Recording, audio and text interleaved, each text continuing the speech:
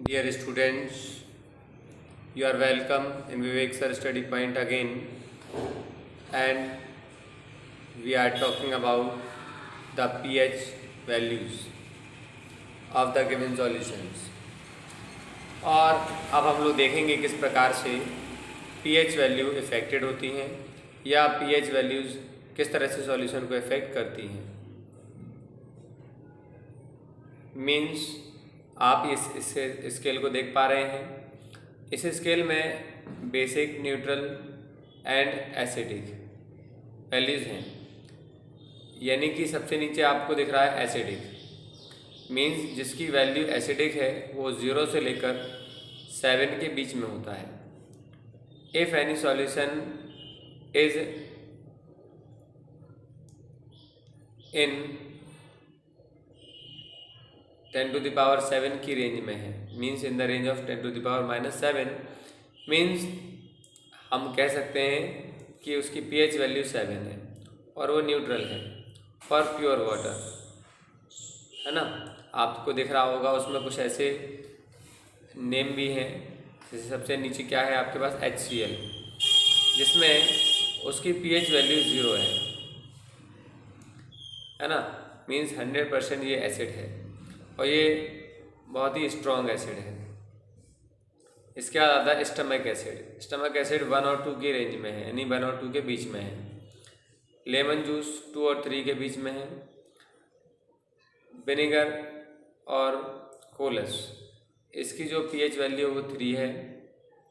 Wine 3 और 4 के बीच में, यानी बिटवीन 3 और 4 sorry. And tomatoes in the between 4 and 5, and black coffee 5, and milk 6.5 से 7 के बीच में है, and human blood 7.5, pure water 7, it is neutral, and baking soda, ये बेसिक बढ़ते जाएंगे। अब उसके बाद है मैग्नीशिया, मिल्क ऑफ मैग्नीशिया और हाउस होल्ड्स अमोनिया। ये सभी क्या है pH वैल्यू की रेंज में गिवन है, और pH वैल्यू जैसे जैसे बढ़ती जाएगी वैसे वैसे ये बेसिक रेंज में बढ़ती जाएंगे। अब हम लोग बात करते हैं ब्लड के बारे में। The pH of blood. pH of blood is maintain with in the range of 7.36 to 7.42, यानी ब्लड के अंदर जो मॉलिक्यूल्स हैं उनका जो pH वैल्यू है वो 10 to the power -7 की रेंज से ऊपर होगा। क्यों होगा? क्योंकि ब्लड की जो है pH वैल्यू वो 7.36 से लेकर 7.42 की रेंज में है। So this is due to the buffer action of bicarbonate and carbonic acid system, ठीक है ना। अब pH ऑफ एंजाइम्स, हमारे अंदर एंजाइम्स होते हैं, उस एंजाइम्स के लिए भी pH वैल्यू रिस्पॉन्सिबल है। तो enzymes function effectively only the at certain pH। Trypsin acts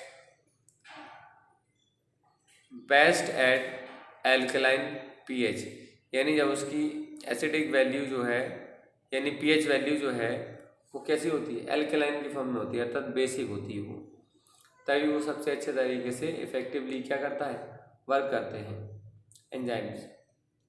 अब है एप्लीकेशंस ऑफ एनालिटिकल केमिस्ट्री, यानी कि application of in analytical chemistry में भी हम इसका यूज़ करते हैं, ठीक है ना।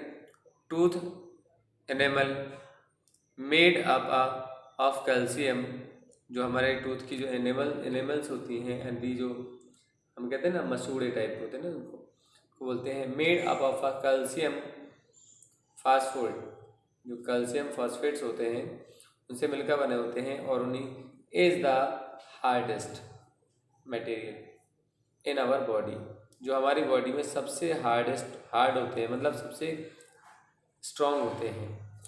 है ना। जब कभी हम हाथों से कोई काम नहीं कर पाते हैं, कुछ चीज़ नहीं तोड़ पाते हैं, तो अक्सर हमारा क्या होता है, हम दांतों के बीच में रखकर उसे तोड़ने की कोशिश करते हो, तब भी नहीं टूटते, तो हम समझ जाते हैं कि अब इन्हें किसी हैवी सब्सटेंस से या हैवी बीटन से ब्रेक किया जा सकता है। It does dissolve in water,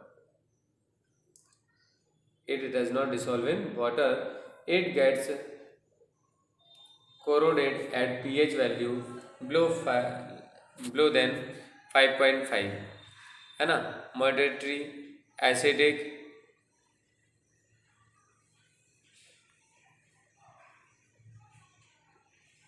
or condition of the bacteria produces acid during the, ठीक है ना, degradation of sugar and food parasites left behind after meals. It कह रहा है इफ नॉट प्रॉपरली क्लीन, यदि उनको अच्छे तरीके से साफ नहीं करते तब ऐसा होता है। आपने देखा हो कई लोगों के जो टीथ हैं वो ब्लैक हो जाते हैं। This acid corrodes the teeth and क्या कर देते हैं, कैविटी क्रिएट करते हैं। To prevent the tooth decay, यानी कि उन कैविटी को, ठीक है ना, कैविटी को या डिके को ख़त्म करने के लिए क्या करते हैं, one should brush the teeth properly, हर किसी को अपने दांतों पर ब्रश अच्छे तरीके से करना चाहिए। आफ्टर ईच मील, हर बार खाना खाने के बाद, और अगर हर बार ना कर पाएँ तो सुबह और शाम को करें, इन द इवनिंग और morning. Another way to prevent the tooth decay, to avoid eating, ठीक है ना, शुगरी फूड, यानी कि खाना खाने के लिए जब भी हम यूज़ करें किसी भी खाने में, तो हम लोग शुगरी फूड, यानी कि जिनमें हम शुगर कम लेते हैं या शुगर नहीं होती है, ऐसे फूड्स का यूज़ करें, तो हमारे दांत बचे रहेंगे, मीठा ना खाएं मतलब, ठीक है ना। And control of pH of the soil. अब देखिए plant also needed the sulphuric pH range for the growth, so soil में बी एसिडिक, बेसिक और neutralisation depending upon the relative correspondence of the H positive ion and OH negative. The pH of any soil can be determined by the using of pH properly. If the soil is too acidic, यदि जो acidic होती है, and it can be corrected by the acidic adding lime, उसमें lime यानी कि नींबू, यानी नींबू पानी डाल दें। If the soil is too basic, यदि उसमें बेसिस ज़्यादा है, it can be corrected by adding organic manure, माना इसमें कोई ऑर्गेनिक कंपाउंड डाल दें, फॉर यूरिया जैसे कि,